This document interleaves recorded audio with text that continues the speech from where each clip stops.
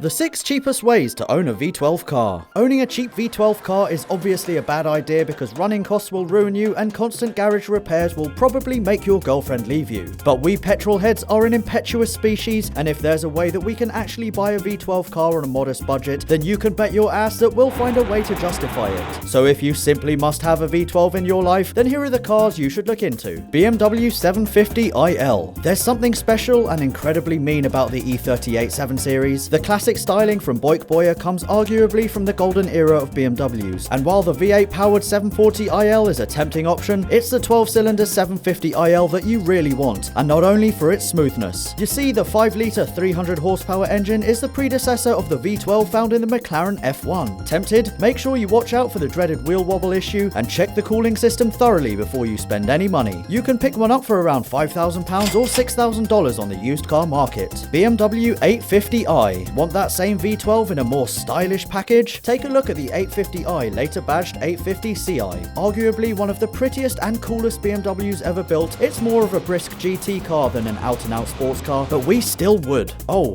and it has pop-up headlights, which gives it even more cool points. These V12 cars are seriously rare now, so prices start at around £8,000 or $10,000. Jaguar XJS. Produced between 1976 and 1996, the XJS's design made it more of a Marmite car than most. Despite its divisive looks, it was actually more aerodynamic than the beautiful E-Type, and thanks to the 5.3-litre V12, which was later upgraded to 6 litres, it was a wonderful grand tourer with around 300 horsepower under the bonnet. Prices for these cars remain on the lower end of the spectrum because the XJS has the potential to become a massive money pit. Rust is a common and expensive issue, followed by all types of fluid leaks. You can find some examples for $3,000 or £5,000 in the UK, but expect to spend at least a third more for something that won't try to ruin your life. Mercedes CL600. With more up-to-date styling and performance, the 5.8-litre CL600 can be a tempting way to enter the V12 club. Its near 400 horsepower motor would take the 1.8-ton luxury Grand Tourer to 60 miles an hour in only 5.8 seconds and onto a top speed of 179 miles an hour. Unfortunately, with fancy hydraulic suspension comes a lot of potential problems that mainly manifest themselves in the form of fluid leaks. Expect to spend at least $8,000 or upwards of £6,000 for a tidy example. Mercedes SL600. The quintessentially 90s styling and the throaty 6-litre V12 is a combination that puts the SL600 on the wish list of many enthusiasts. Thanks to the 400 horses under the hood, it's also a decently quick car with a 0 to 60 time to match that of the CL600 of 5.8 seconds. It's common for leaks to develop at the differential seals on high mileage examples, so make sure you look properly under the car.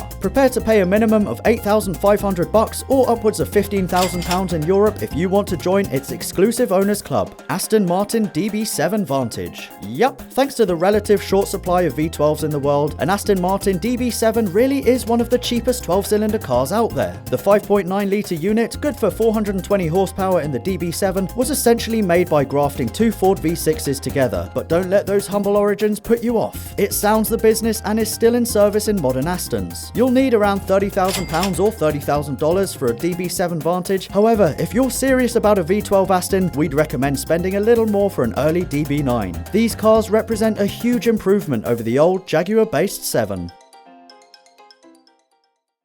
So what Sin City have done is they've created one magnificent car, and this is it, the BMW X2. It looks amazing to my eyes. I know some of you guys like your supercars and stuff, but for me, this is my supercar.